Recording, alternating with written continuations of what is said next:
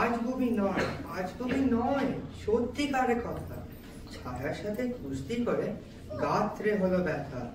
ছায়া ধরার ব্যবসা করি, তাও জানো না বুঝি। রোদের ছায়া, চাঁদের ছায়া, হরেক রকম পুঁজি। শিশির ভেজা শত ছায়া, সকাল বেলায় তাজা।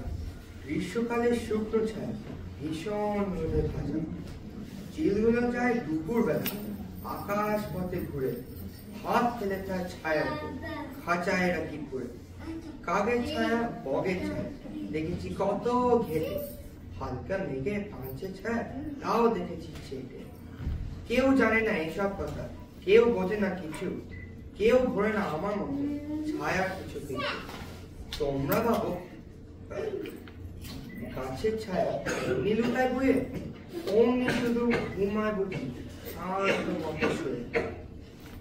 আসল ব্যাপার জানবে যদি আমার কথা শোনো, বলছি একটা সত্যি কথা, সন্দেহ নাই কোনো।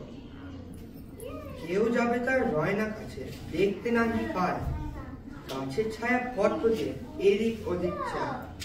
সেই সময় ঘুরে পিছন হতে এসে থামায় থেকে অপাস করে ধরবে তার এসে। পাতলা ছায়া, পোকলা ছায়া, তার গভীর কালো। গাছের ছায়া সব রকমের ছায়া।